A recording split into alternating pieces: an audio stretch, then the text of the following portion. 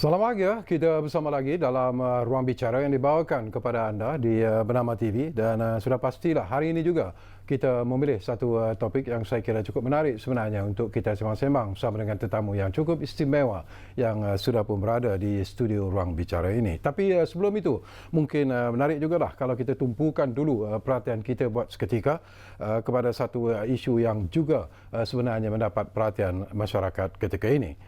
Dan kalau saudara masih ingat pada sidang media yang berlangsung di Putrajaya pada hari Rabu yang lalu, Menteri Pendidikan Dr. Mohammad Radhi Mat Jidin berkata sesi persekolahan hanya akan dibuka selepas Kementerian Pendidikan ataupun KPM yakin bahawa keadaan penularan wabak COVID-19 ini kembali pulih.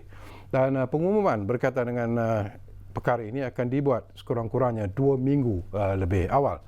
Selain itu, Kementerian Pendidikan Malaysia juga memutuskan untuk membatalkan ujian penilaian sekolah rendah UPSR dan juga pentaksiran tingkatan 3 ataupun PT3 bagi tahun 2020. Baiklah, untuk bercakap sepintas lalu tentang isu ini, kita ada di talian sekarang ini yang berbahagia Datuk P. Kamalanathan, itu bekas Timbalan Menteri Pendidikan. Halo Datuk. Salam hormat, salam sejahtera Abang Serkawi, apa khabar? Baik, Datuk sihat ah? Saya sihat, saya kirim salamlah kepada semua sahabat-sahabat saya di Wisma Bernama yang masih berhikmat untuk memberi maklumat kepada rakyat Malaysia. Baik, terima kasih banyak-banyak Datuk. Okey, Datuk, kita nak dapat pandangan Datuk lah berkaitan dengan apa yang saya sebut tadilah tentang pengumuman yang telah pun dibuat oleh Menteri Pendidikan Dr. Mohammad Radhi Mat Jidin berkaitan dengan sesi persekolahan yang hanya akan dibuka selepas penularan wabak COVID-19 ini dapat diselesaikan dengan begitu baik dan pengumuman akan dibuat 2 minggu sebelum itu. Tetapi yang menarik juga ialah tentang memutuskan untuk membatalkan ujian penilaian sekolah rendah UPSR dan juga pentaksiran tingkatan 3. Jadi apakah Datuk melihat bahawa ini satu langkah yang baik sebenarnya dilakukan oleh Kementerian Pendidikan Malaysia tu? Terlebih dahulu saya ingin ucapkan syabas kepada Yang Berhormat Menteri Dr. Jidin, Dr. Radhi Jidin kerana telah membuat keputusan yang tepat. Kerana keputusan ini akan memastikan kita dapat mengelakkan penularan wabak COVID-19 ini. Dan pada masa yang sama kita juga boleh mengambil langkah-langkah untuk kebersihan sanitasi dan penjarakan sosial ini. Semasa perkara-perkara ini berlaku. Dan bagi semasa saya dalam Kementerian Pendidikan Malaysia dan saya pasti hari ini juga yang paling penting dalam stakeholder kita ialah anak-anak kita yang belajar di sekolah. Kerana kita ambil maklum pelajar-pelajar anak-anak murid yang pergi ke sekolah ini bermula dari usia 7 tahun sampai ke 14, 15, 16, 17. Dan usia ini agak sukar kita untuk mengawal pergerakan mereka di dalam kawasan sekolah.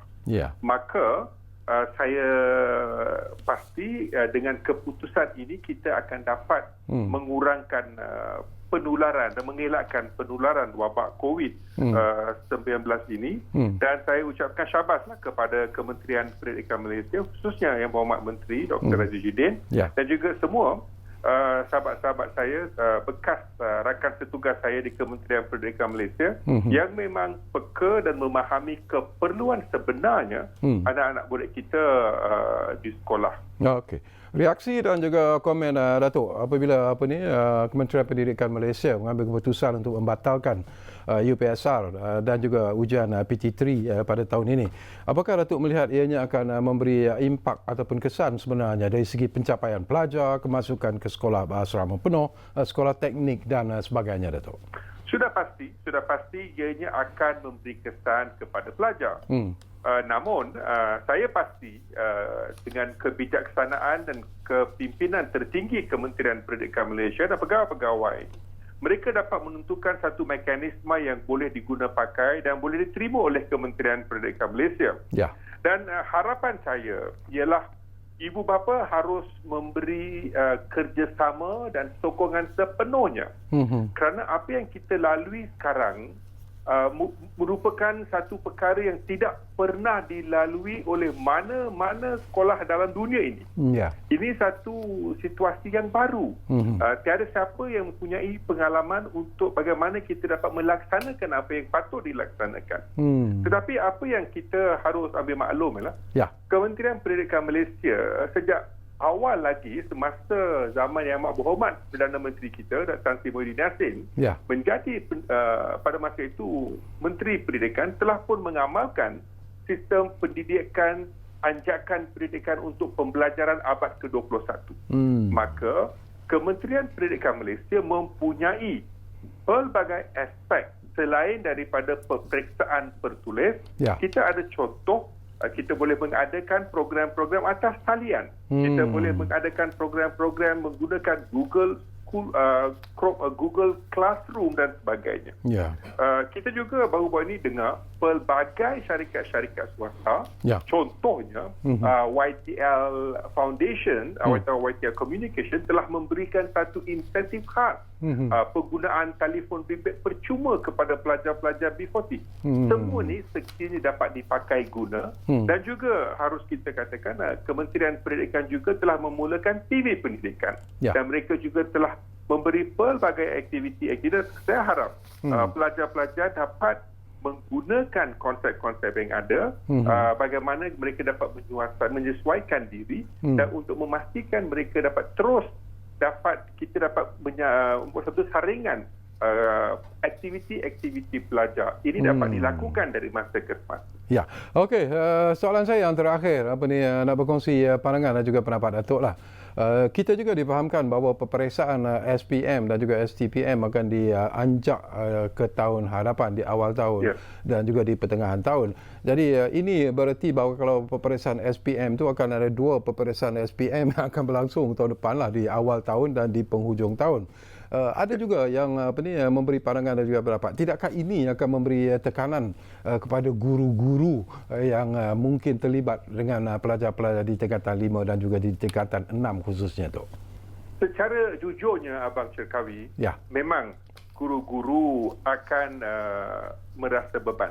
Saya tidak akan mengatakan mereka tidak akan terasa beban ni, mereka akan merasa beban. Tetapi kita harus memahami situasi kritikal ini. Tetapi seperti mana saya pernah berulang kali menyatakan zaman saya di Kementerian Pendidikan Malaysia ataupun hari ini, semangat dan perjuangan yang tinggi di antara guru-guru kita ini memang luar biasa. Dan saya dapati apabila ada situasi-situasi beginilah pengorbanan dan perjuangan guru-guru yang luar biasa ini akan dapat membantu Kementerian Pendidikan Malaysia untuk memastikan pelaksanaan semua program-program yang telah ditangguhkan dari bawah ke tahun depan akan dilaksanakan dengan baik. Dan saya juga harap Kementerian Pendidikan Malaysia mengambil maklum bahawa guru-guru diberi segala bantuan yang diperlukan untuk memastikan mereka tidak merasai kebebanan ini. Kerana sekiranya guru terlalu sangat dibeban dengan tanggungjawab,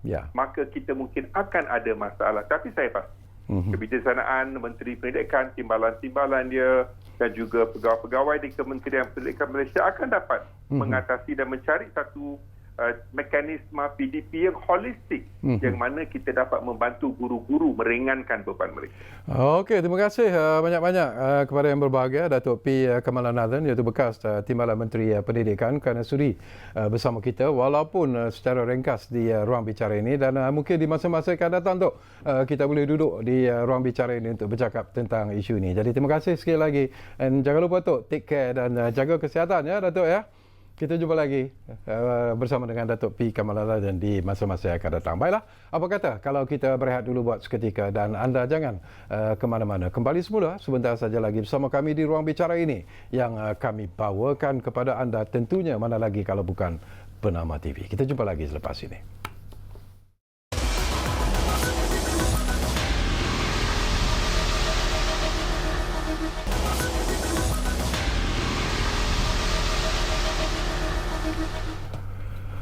Baiklah, terima kasih kerana anda kembali semula bersama kami di Ruang Bicara ini. Topik yang kita pilih hari ini di Ruang Bicara ialah COVID-19, kesan kepada industri getah dan hala tuju seterusnya. Dan tetamu yang sudah pun bersiap sedia bersama dengan saya di studio Ruang Bicara ini, kita ingin mengucapkan setinggi-tinggi terima kasih dan mengucapkan selamat datang kepada yang berbahagia, Datuk Dr. Zairosani Muhammad Noor, iaitu Ketua Pengarah Lembaga Getah Malaysia ataupun LGM. Jadi apa khabar, Tok? Baik, Alhamdulillah. Ini pertama kali Datuk kita dapat bersama di Ruang Bicara Dan kami cukup berterima kasih atas kesediaan Datuk menyahut jemputan kami ini. Terima kasih juga kerana menjemput GM dan saya ke program ini. Dan kepada anda yang sedang bersama kami ketika ini, kami juga sebenarnya seperti biasalah ingin memberi ruang dan juga peluang kepada anda untuk berkongsi pandangan dan juga pendapat ataupun bertanya apa saja berkaitan dengan isu ini. Jadi dua talian seperti biasalah kami sediakan kepada anda di 0320-5946-2425 dan 0320-594625. Dan sebenarnya anda juga boleh mengikuti kami secara live sebenarnya di FB @Bernama TV. Baiklah, ini sesuatu yang menarik lah, Tok. Bila kita bercakap tentang getah, kita bercakap tentang apa yang sedang dilalui oleh mereka yang terlibat dengan industri getah ini sendiri. Ada banyak isu sebenarnya yang boleh kita bangkitkan, tapi ramai yang ingin mengetahui sebenarnya tentang fungsi dan juga peranan yang dimainkan oleh Lembaga Getah Malaysia itu sendiri, Tok. Okey, terima kasih. Memang kalau kita ikutkan banyak di kalangan umum masih keliru lagi tentang peranan yang dimainkan oleh LGM dan juga agensi-agensi lain yang terlibat dalam industri getah. Jadi mungkin kalau saya boleh ceritakan sedikit latar belakang Lembaga Getah Malaysia. Lembaga Getah Malaysia ditubuhkan pada 1968 sebagai agensi yang bertanggungjawab secara keseluruhan untuk industri getah. Jadi kita ditubuhkan di bawah Akta LGM, Akta 551. Jadi sebenarnya penubuhan LGM ni bermula lebih awal lagi. Dia bermula daripada penubuhan Rubber Research Institute of Malaysia, RRI, yang ditubuhkan pada tahun 1925. Jadi pada 1998 beberapa agensi yang terlibat dalam industri getah, RRIM, Lembaga Pelayanan dan kita panggil MRELB, Malaysian Rubber Exchange and Licensing Board, dan juga Malaysian Rubber Research Development Board digabungkan dan ditubuhkan sebagai badan dinamakan Lembaga Getah Malaysia. Jadi sebagai badan yang bertanggungjawab pada industri getah, sememangnya kita telah banyak infrastruktur dan juga pejabat-pejabat yang kita telah sediakan untuk menjalankan fungsi-fungsi LGM. Kalau ikut akta kita ada 14 fungsi. Jadi kalau kita kategorikan fungsi-fungsi LGM itu, dia terbagi kepada 3 tugas utama. Yang pertama ialah untuk pembangunan industri getah. Jadi ini kita lakukan melalui 4 fungsi, melalui aktiviti penyelidikan. Dan juga kita ada juga fungsi perundangan. Jadi kita bertanggungjawab dalam mengeluarkan lesen dan juga menjalankan aktiviti penguatkuasaan untuk industri getah. Dan selebihnya kita menjalankan ataupun memberikan perkhidmatan pada industri getah, perkhidmatan teknikal, perkhidmatan pada semua yang terlibat dalam industri getah daripada sektor huluan, hiliran dan juga agensi lain yang terlibat dalam industri getah. Jadi kalau siapa biasa dengan Rubber Research Institute, kita punya pejabat utama kita ialah di bangunan getah asli, di depan bangunan Petronas Twin Tower. Tapi kita punya pejabat ataupun makmal utama kita di Sungai Buloh. Di Jalan Ampang juga kita ada makmal asal kita di 260 Jalan Ampang. Tapi kebanyakan kita punya aktiviti aktiviti penyelidikan sekarang ini dijalankan di Sungai Buloh. Ya, jadi LGM untuk fungsi aktiviti R&D, kita ada 4 stesen penyelidikan di seluruh Malaysia di mana kita buat penyelidikan huluan dan sebagainya. Kita untuk membantu dan memberi khidmat kepada industri, kita ada lebih kurang 33 pejabat di seluruh Malaysia, di setiap negeri dan juga bahagian. Jadi kalau kita lihatkan memang LGM ni salah satu agensi yang memang telah lama berada untuk membantu industri getah. Seperti mana kita tahu, industri getah ni adalah industri yang tertua di Malaysia. Kalau kita lihat daripada pertama sekali kita bangunkan estate di Malaysia ni, umur industri getah lebih pada 130 tahun. Ya. Jadi sememangnya fungsi kita sangat penting untuk mengekalkan dan memastikan industri getah terus berdaya saing, berdaya maju dan kekal untuk memberi sumbangan kepada ekonomi Malaysia. Saya suka bila Datuk sentuh tadi tentang peranan yang dimainkan oleh Lembaga Getah Malaysia LGM sendiri dalam usaha untuk mengekal dan juga meletakkan industri getah ini pada tempat yang sewajarnya. Tetapi kalau kita lihat situasi terkini itu, harga getah yang merudum dulu RM3 lebih sekilo, sekarang dah tinggal RM1 lebih dan sebagainya. Dan ini memberikan satu masalah ataupun kesulitan sebenarnya kepada mereka yang terlibat dalam industri getah ini. Mungkin juga daripada penoreh sehinggalah kepada pekebun-pekebun kecil misalnya. Siapa yang mengawal sebenarnya? Apa yang berlaku sebenarnya sehingga membawa kepada kejatuhan harga getah yang begitu ketara sangat? Ya. Kalau kita lihat di peringkat lapangan, terutamanya pada golongan pekebun kecil, mereka ada selalunya ada kekeliruan di situlah, terutamanya fungsi LGM itu sendiri. Mungkin ada yang masih keliru apa fungsi LGM dan juga fungsi agensi-agensi lain yang terlibat dengan industri getah, terutamanya RISDA, Feldkraft, Felda dan sebagainya.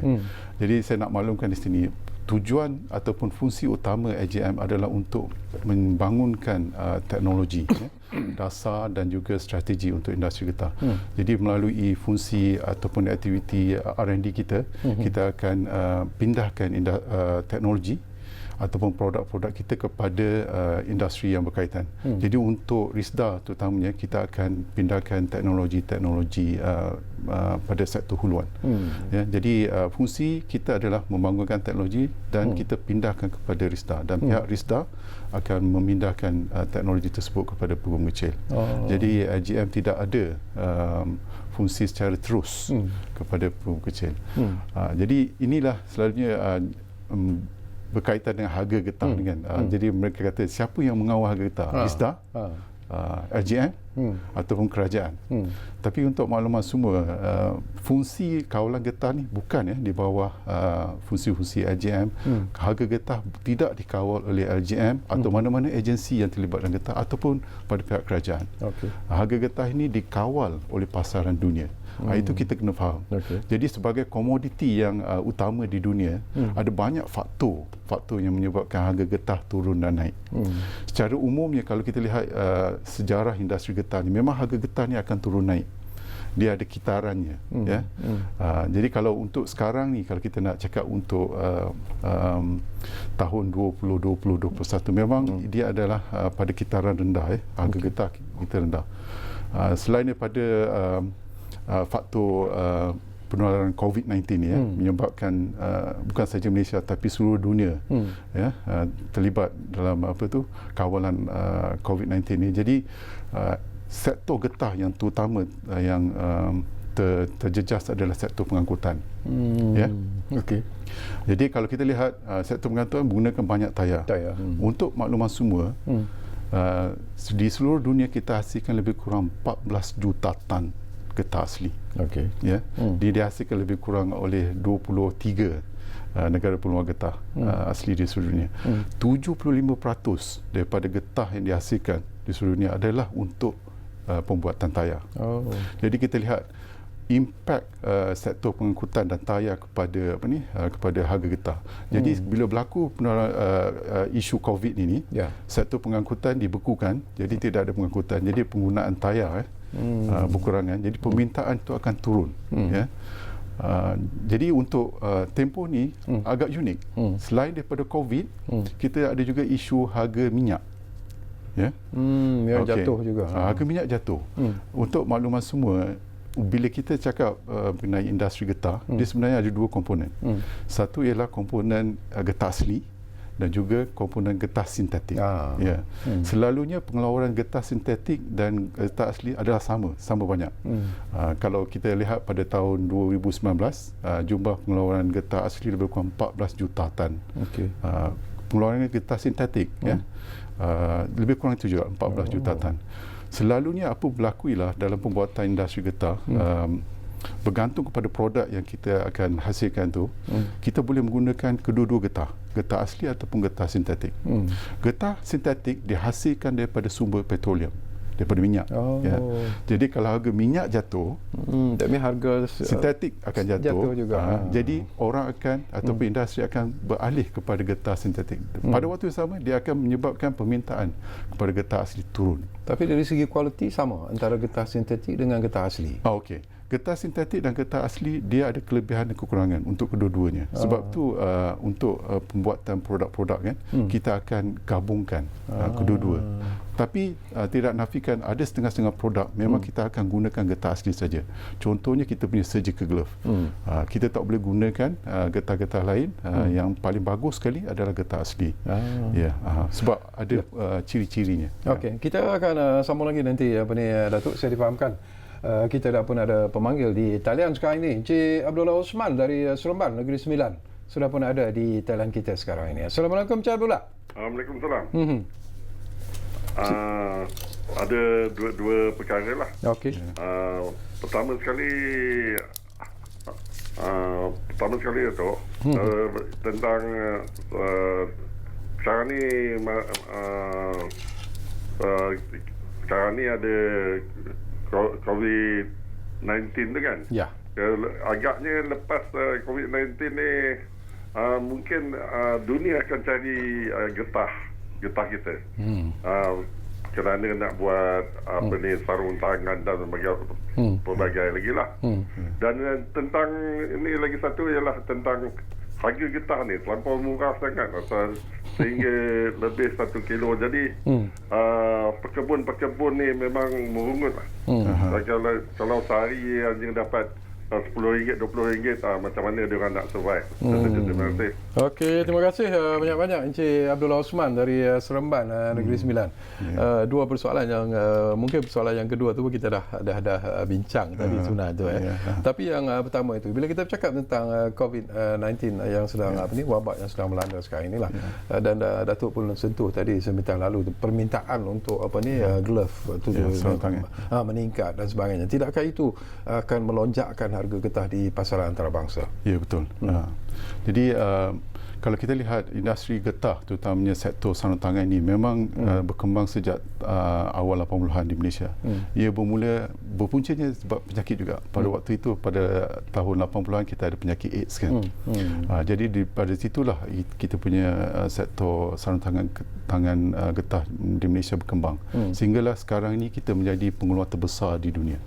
Jadi kalau kita nak lihat daripada segi pasaran dunia, kita menguasai lebih kurang 62% pasaran sarung tangan di dunia. Jadi kalau kita lihat daripada segi COVID ni memang bila kita ada apa-apa pandemik memang industri getah salah satu sektor yang akan mendapat bermanfaatnya ialah sarung tangan lah, atau apa-apa sektor yang berkaitan dengan penjagaan perubatan. Selain daripada sarung tangan, industri getah kita ada juga contohnya catheters kan, yang untuk digunakan sebagai alat untuk pembedahan. Jadi kita lihat daripada segi impact COVID ni memang kita akan jangkakan permintaan terhadap sarung tangan getah Malaysia akan meningkat. Kita menjangkakan sekarang ini kita mengawal lebih kurang 62% pasaran dunia. Bergantung kepada situasi COVID-19. Setengah-setengah ahli ekonomi kita menjangkakan kita punya pasaran akan meningkat daripada 62% kepada 65%. Jadi kalau kita nak tengok impact dia daripada pendapatan negara, 3% tu berapa dia punya impact kepada ekonomi ataupun sumbangan ekonomi sektor sarung tangan getah. Pada tahun lepas sektor getah, sarung tangan getah menyumbang lebih kurang 17 bilion. Okey. Dengan peningkatan daripada 62% ke 65% tu, dia akan menyumbang tambahan 3 bilion. Jadi ini memang impact dia besar. Ya. Jadi untuk itu kita kena pastikan industri sarung tangan kita kekal sebagai peneraju untuk pasaran dunia. Dalam usaha untuk mencapai apa yang Datuk sebut tadilah, peranannya dimainkan oleh LGM sendiri tu. Dari segi Datuk bercakap tentang research dan sebagainya. Apa yang dilakukan dalam usaha untuk mengangkat kualiti getah kita itu supaya ianya mungkin dianggap antara yang terbaik di dunia tu? Ya. Memang kalau dari segi teknologi getah dari segi pendidikan, Malaysia adalah peneraju dan masih lagi industri leader dalam pelbagai aspek industri getah pendidikan.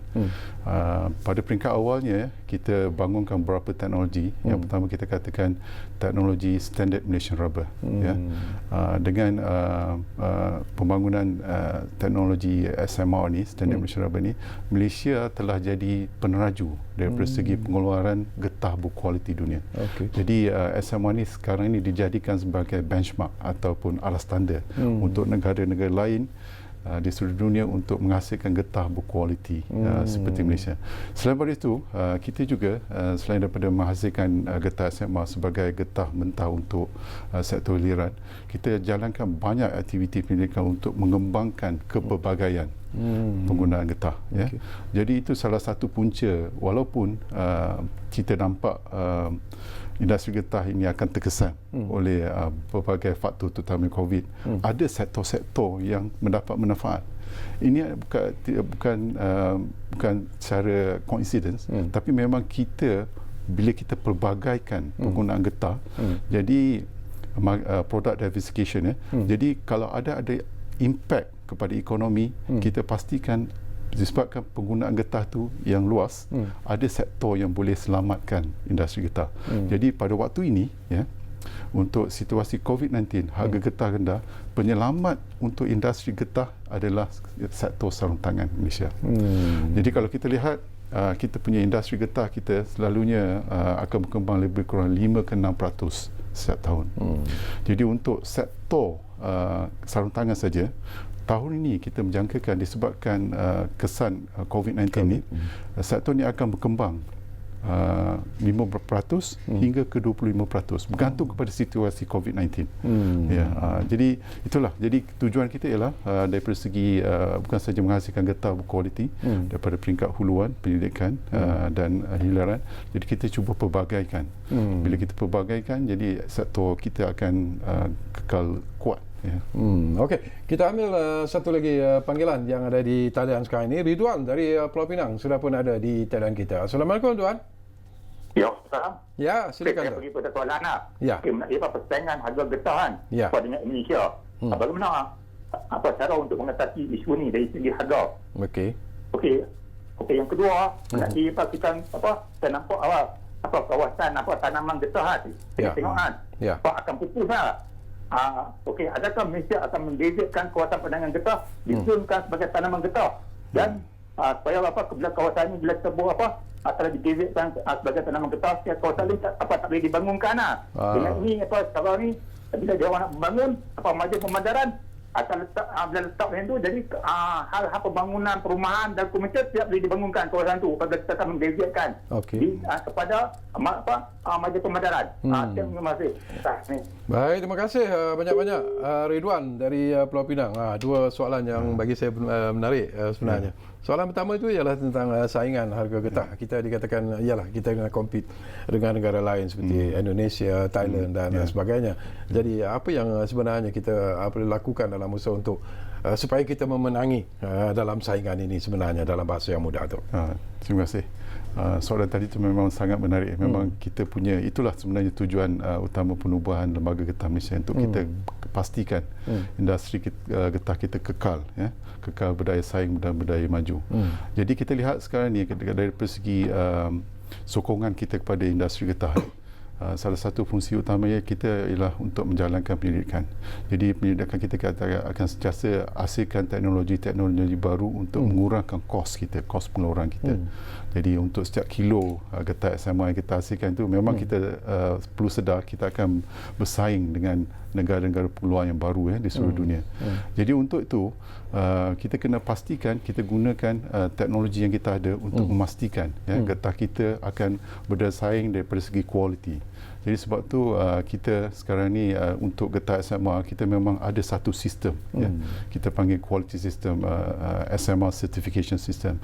Jadi semua pengeluar-pengeluar SMR di Malaysia ni perlu mendapatkan persijilan SMR ni. Jadi kita pastikan setiap getah yang dikeluarkan akan memenuhi spesifikasi yang ditentukan. Jadi dengan itu kita akan kekalkan kualiti kita. Tidak dapat dinafikan pada peringkat awal industri getah, Malaysia ada pengeluar terbesar getah asli dunia. Tapi disebabkan perkembangan pembangunan di serata dunia pengeluaran, kita ada dapat banyak persaingan. Jadi kalau nak ikutkan sekarang Malaysia bukan lagi nombor yang pertama. Kita sekarang ni berada pada kedudukan yang ke-7 pengeluar. Siapa yang top sekarang ni? Sekarang ni adalah Thailand. Thailand mengeluarkan lebih kurang 4.5 juta getah. Cuma kalau nak bandingkan dengan Malaysia, kita menghasilkan lebih kurang 640,000 tahun lepas. Tapi itu tidak, kita tidak risau mengenai itu. Yang pentingnya ialah kualiti dan nilai getah itu sendiri. Jadi setiap kilo yang kita hasilkan, kita nak pastikan nilai itu membawa kesan kepada sektor hiliran. Jadi yang pentingnya untuk kita ialah kita nak tengok macam mana kualiti kita hasilkan ini akan dapat menyumbang kepada penghasilan produk-produk berkualiti dan seterusnya menyumbang kepada peningkatan ekspor daripada Malaysia. Bila Datuk sebut persoalan ini satu yang menarik tu bila saya terkejut juga bila Thailand tiba-tiba berada di tempat teratas dalam negara yang paling tinggi ekspor getah mereka.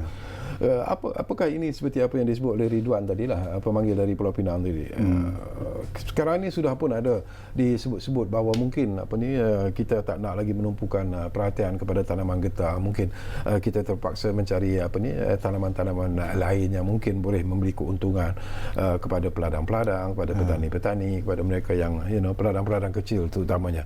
Jadi kalau ini dilakukan kawasan-kawasan tanaman getah yang mungkin akan dikecilkan, apakah ini akan memberi impak yang negatif juga dalam hasrat kita untuk mengekspor, menjadi pengekspor getah yang terbesar? Ya, betul. Jadi kita sedar kita punya saingan semakin sengit sekarang ni peringkat antarabangsa.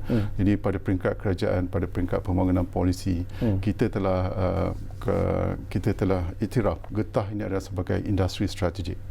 Industri strategik negara, di mana kita perlu kekalkan keluasan getah untuk kita memastikan kita ada cukup bekalan untuk kita punya sektor hiliran.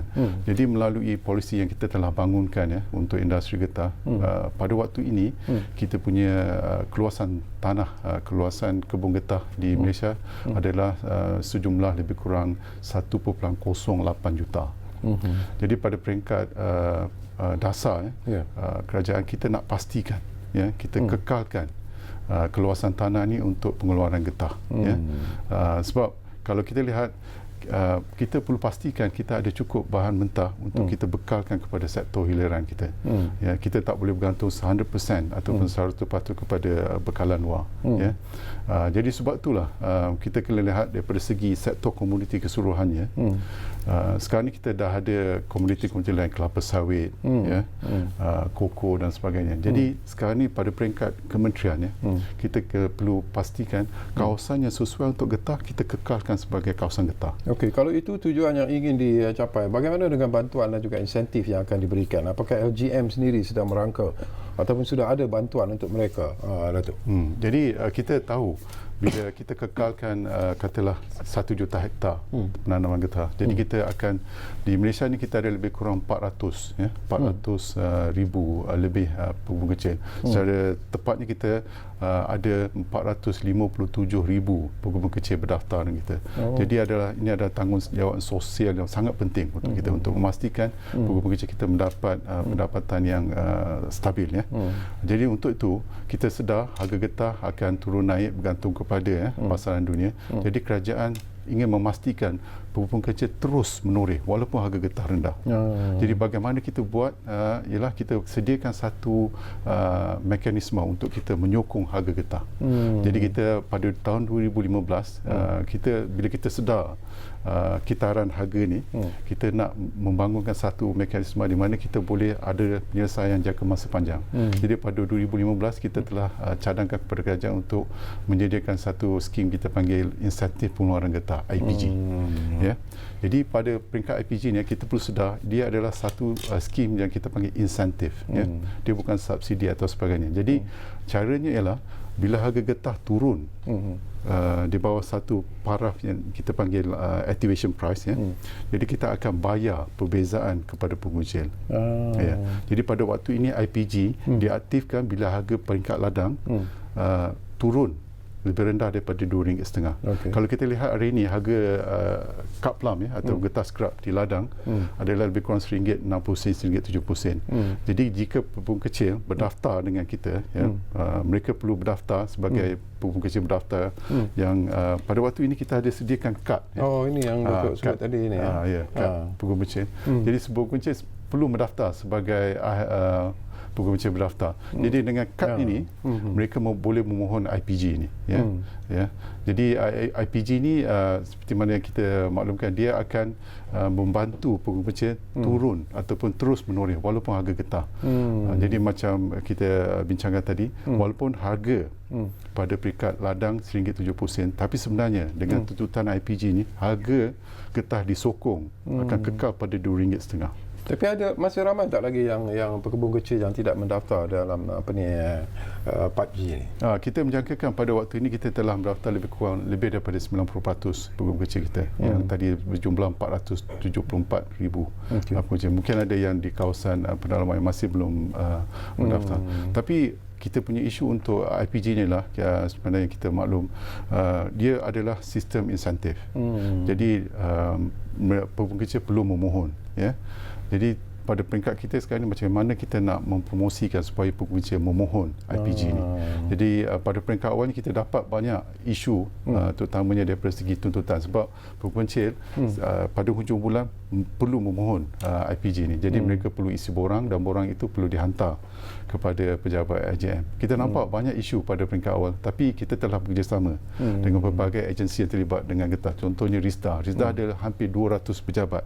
Jadi sekarang ni pekebun kecil tidak ada masalah lagi mengenai tuntutan. Mereka boleh hantar borang-borang tuntutan IPG kepada pejabat LJM ataupun kepada pejabat RISDA ataupun ejen-ejen kita dilantik seperti ketua-ketua kampung dan pemborong-pemborong getah. Jadi dengan ini walaupun harga getah turun ya, sekarang ini RM1.70, tapi sebenarnya kita telah macam jamin ataupun sokong harga getah pada RM2.5. Jadi dengan cara ni pekebun kecil tidak ada masalah, boleh terus menoreh.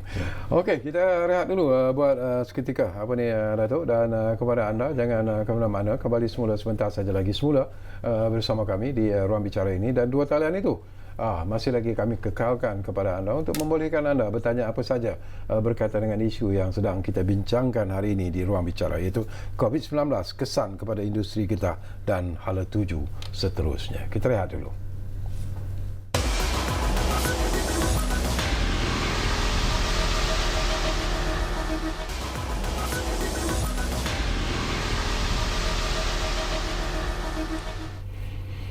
Baiklah, terima kasih banyak-banyak anda masih lagi bersama kami di ruang bicara ini, dan kita masih lagi bercakap tentang COVID-19, kesan kepada industri getah dan hala tuju seterusnya, dan kita masih lagi bersama dengan tetamu yang cukup istimewa yang berbahagia, Datuk Dr. Zairul Sani Muhammad Noor, iaitu Ketua Pengarah Lembaga Getah Malaysia.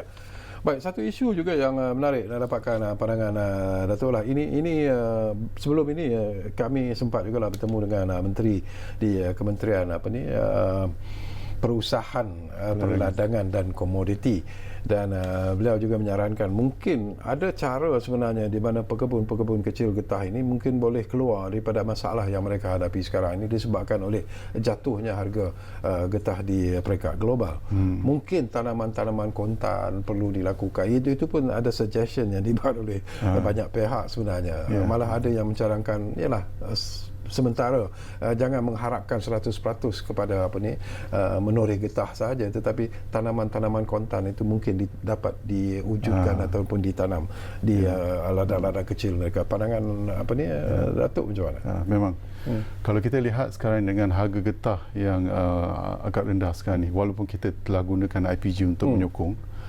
dengan purata keluasan getah, kawasan getah, kebun getah lebih kurang 2 hektar untuk setiap pekebun kecil, pendapatan mereka hanya lebih kurang 1,400-1,500 sebulan. Sudah tentu dengan keadaan taraf sosioekonomi sekarang ni, itu adalah tidak mencukupi untuk pekebun kecil. Jadi sebab tu IGM membangunkan teknologi-teknologi untuk menambah sumber pendapatan pekebun kecil. Jadi kalau kita lihat salah satu daripadanya lah kita panggil integration, tanaman-tanaman yang kita boleh integrate dengan pokok getah. Jadi benda ni memang kita telah buat kajian sejak lama dulu, tahun 80-an. Cuma daripada segi pelaksanaannya, mungkin disebabkan harga getah yang rendah, kita perlu tekankan balik penekanan. Jadi contohnya integrated farming, pokok-pokok getah kita boleh selang-selikan dengan tanaman-tanaman lain. Contohnya kita tanam pokok getah, kita boleh tanam dengan pokok buah-buahan dan sebagainya. Kita dah ada teknologi itu, kita dah ada pokok bulu. Pokok bulu itu menjadi isu juga tu. Ya. Pokok bulu mungkin dia ada, kita panggil land maximization, jadi bila kita buat integrated farming itu, kita boleh selang-selikan atau kita boleh buat perimeter, ataupun bergantung kepada kawasan tu kita dedicate ataupun kita khaskan kawasan ni untuk getah, yang lain-lain tu kita gunakan untuk tanaman-tanaman lain yang boleh mendatangkan pendapatan pada pengucil. Okey Tok, nanti kita nak sambung lagi. Kita ambil dulu satu lagi panggilan yang ada di talian kita. Muhammad Shani dari Pahang ada di talian kita sekarang ni. Assalamualaikum Shani. Waalaikumsalam. Ya. Sehat ya? Sehat, alhamdulillah. Alhamdulillah. Ya, silakan ni. Ya. Soalan saya adalah apakah peratusan pengeluaran susu getah oleh pekebun kecil, dan juga apakah rancangan dan juga insentif yang disediakan untuk menggalakkan pekebun kecil tu menghasilkan susu getah yang di mana susu getah menjadi keperluan untuk pembuatan glove. Ya. Itu saja. Baik, terima kasih Encik Muhammad Shani dari Pahang. Satu lagi soalan yang baik juga, reaksi ataupun respon daripada Datuk. Ya, soalan sangat menarik. Sebab memang pada peringkat strategi kita nak hasilkan lebih banyak latex. Sebab kalau kita lihat industri sarung tangan kita menggunakan lebih kurang 400,000 tan latex setahun. Tapi pada peringkat penghasilan secara tempatan atau domestik, kita cuma hasilkan lebih kurang 40,000 tan saja. Jadi banyak latex yang kita perlu import untuk menyokong industri sarung tangan kita. Jadi banyak cara kita perlu tingkatkan ataupun pelibatan pembuca untuk menghasilkan latex. Salah satu daripada IPG juga. Kita tengok instrumen IPG. Sekarang ini siapa-siapa yang menghasilkan latex, kita akan terus bagi insentif 90 sen setiap kilogram. Untuk latex. Untuk latex. Okay. Selain daripada itu, latex ni kalau kita lihat kalau segi nilainya, bila kita toreh getah, bila kita dapat susu getah tu, dalam susu getah tu cuma ada 30% saja getah. Jadi kalau setiap kilo susu getah kita dapat 300 gram getah. Jadi kalau kita tengok berat kering 300 gram tu, kalau kita hasilkan latex berbanding dengan kad plum, memang nilainya lebih tinggi. Nilainya kalau kepada peringkat ladang sekarang ni lebih kurang RM1. Maksudnya kalau kita hasilkan latex berbanding dengan kad plum, kita dapat Kaplam tu scrap lah tu. Scrap, ya. Getah scrap. Getah scrap, ya. Tapi isu sekarang ialah disebabkan kita punya pengeluaran latex kita semakin berkurang, jadi infrastruktur dan juga pembeli-pembeli semakin berkurangan. Ya, jadi pada peringkat pengguna kecil, mereka sekarang ini mengalami kesukaran untuk menjual. Jadi sebab itu sekarang ni kita nak bangunkan, salah satu rancangan kita untuk rancangan Malaysia ke-12 untuk bangunkan kluster-kluster untuk kita bangunkan balik pengeluaran latex di Malaysia ini. Sebab untuk hasilkan latex kita perlu adakan infrastruktur. Contohnya tempat-tempat kumpulan, kemudian kita kena ada lori-lori untuk mengangkut latex ini setiap hari ke kilang pemrosesan latex. Memang secara strateginya negara perlukan lebih banyak latex. Satu sebab sektor sarung tangan getah kita. Selain daripada itu, nilai getah sebenarnya ada pada latex. Sebab dengan kita hasilkan latex, kita boleh hasilkan banyak getah-getah yang lebih berkualiti, yang kita boleh hasilkan produk-produk yang lebih bernilai tambah dan sebagainya. Cuma sekarang ni bila kita tengok pada peringkat penghasilan latex, jika harga itu tidak kita menarik, tidak ada betul-betul kita tambah nilai berbanding dengan kaplam, jadi itu menyebabkan pengguna kecil kita kurang berminat untuk menghasilkan latex. Pencerahan sedikit kepada saya lah, terutamanya tu ialah zaman saya dulu saya pernah tengok apa yang disebut sebagai getah keping tu. Apa jadi dengan getah keping? Katanya dah tak ada sekarang. Memang tak kenapa tu? Okey. Seperti mana yang saya maklumkan tadi kan, kita dah bangunkan teknologi standard Malaysian rubber. Pada peringkat awalnya, pada peringkat awal industri, industri menghasilkan latex dan latex itu diproses menjadi getah keping. Jadi getah keping ni kita panggil rib smoke sheet. Pada peringkat awalnya, rib smoke sheet ni bukan dikira sebagai technically specified rubber. Dia bukan getah piawai. Jadi untuk ubahkan itu, kita telah bangunkan sistem SMR. Jadi SMR ni dia akan jadi technically specified rubber, maksudnya getah piawai. Jadi ini yang diperlukan oleh sektor-sektor pembuatan tayar. Jadi sebab tu sekarang ni negara kita tidak menghasilkan lagi getah keping, tapi kita menghasilkan getah SMR. Sebab tu. Jadi daripada segi penghasilannya pun, kalau kita hasilkan getah keping, dia akan dihasilkan juga dalam bentuk getah bungkar untuk pembuatan tayar. Okey, ini persoalan yang dibangkitkan oleh penerbit kita lah. Ini tentang berkenaan dengan pencemaran Sungai Meru yang dibuat oleh kilang sarung tangan getah tu. Jadi bagaimana LGM sebenarnya menangani perkara ini, dan apakah langkah-langkah untuk memastikan perkara ini tidak berulang lagi tu? Sebenarnya semua aktiviti industri getah dilesenkan melalui LGM, termasuk aktiviti hiliran kilang-kilang sarung tangan dan sebagainya. Jadi kita mengeluarkan lesen kepada mereka dan mereka perlu mematuhi syarat-syarat lesen kita. Jadi kita memandang serius isu pencemaran ini.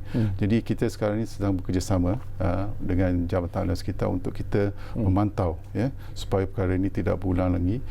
Jadi untuk yang kes yang sedang berlaku ini, kita sedang menjalankan siasatan. Jadi selain daripada tindakan yang akan diambil oleh jabatan LS kita, kalau terbukti ada penyalahan ataupun ketidakpatuhan kepada patuhan LGM, kita pun akan ambil tindakan. Jadi memang industri getah ni salah satu punca bukan dia banyak menghasilkan kita panggil effluent ataupun kita panggil sisa cecair untuk industri. Jadi kita telah bangunkan teknologi untuk memastikan setiap kilang boleh merawat sisa-sisa itu supaya bila dia lepaskan kepada sungai atau sebagainya, dia adalah selamat. Okey, kita berada di penghujung ruang bicara. Tak banyak lagi masa yang tinggal lah. Tapi saya ingin dapatkan pandangan Datuk Dr. Zahrul Sani sendirilah tentang perancangan dan juga visi Datuk lah yang sekarang ini menerujui Lembaga Getah Malaysia. Dan mungkin Datuk juga boleh kongsikan tentang talian hotline LGM dan sebagainya. Tapi sebelum tu saya difahamkan juga bahawa ada saya tak panggil bakat lah, tetapi ada tokoh-tokoh baru yang dimasukkan di dalam LGM, lebih 3 atau 4 orang yang baru. Jadi apakah Datuk melihat itu akan memberikan suntikan yang mungkin lebih bersemangat kepada LGM? Jadi ini adalah merujuk kepada pelantikan ahli lembaga AJM.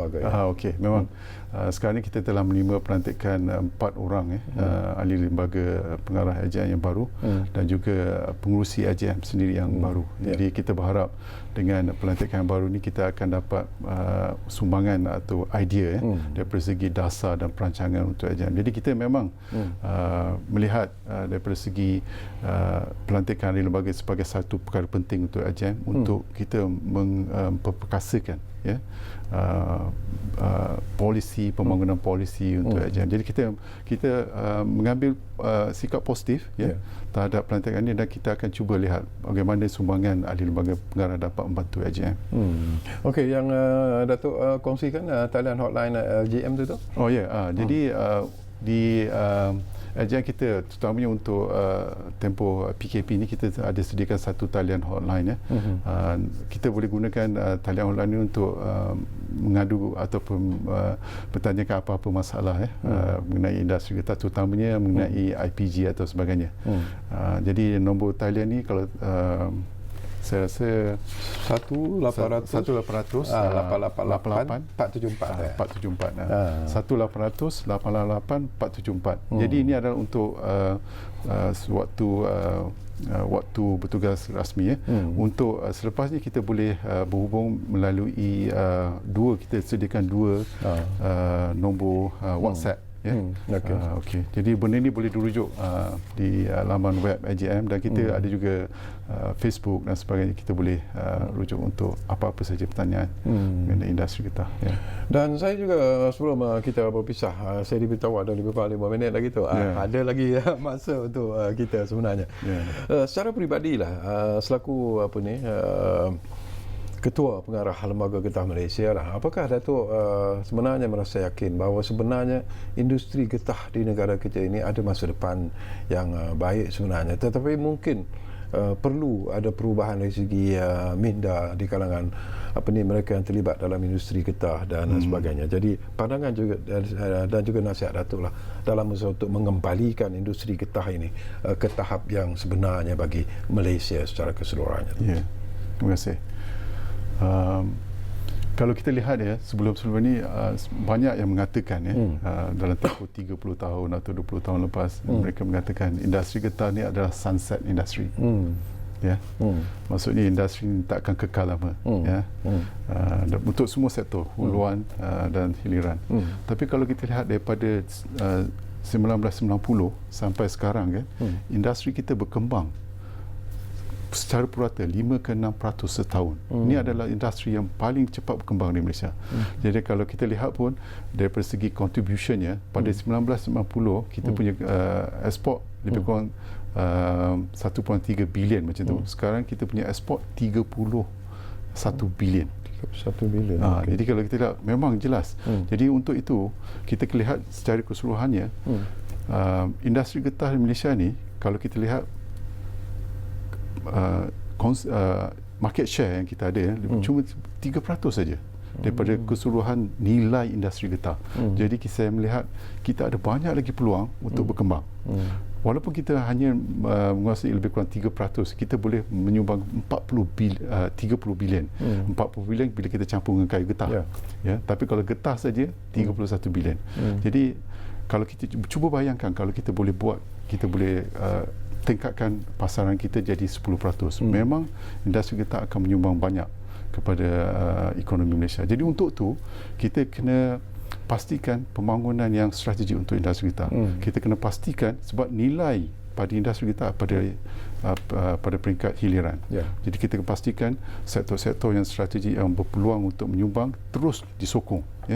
Selain daripada itu pada peringkat huluan kita kena lihat macam mana kita nak perlu mengubah struktur supply chain itu sendiri. Kita akan lihat kita pengguna kecil kita tak boleh lagi dah bertindak ataupun masih getah secara 20 atau 30 tahun secara tradisional sebab tu kita sekarang kita nak kalau boleh kita pergi penggunaan teknologi sebab tanah kita terhad. Jadi cara yang paling bagus untuk kita untuk tingkatkan pengeluaran kita ialah melalui penggunaan teknologi. Dengan tanah terhad, menggunakan teknologi kita akan tingkatkan pengeluaran kita. Jadi bila kita tingkatkan pengeluaran dengan kualiti yang kita hendakkan, Jadi bukan sahaja pengusaha kecil akan mendapat faedah daripada pendapatan yang meningkat, dan juga yang paling penting sekali, produk-produk atau getah-getah yang kita hasilkan, yang dihasilkan oleh pengusaha itu dapat menyokong keseluruhan industri kita. Jadi saya memang yakin dan saya memang berpandangan jauh mengenai industri getah. Kita akan ada banyak masa depan dengan industri kita.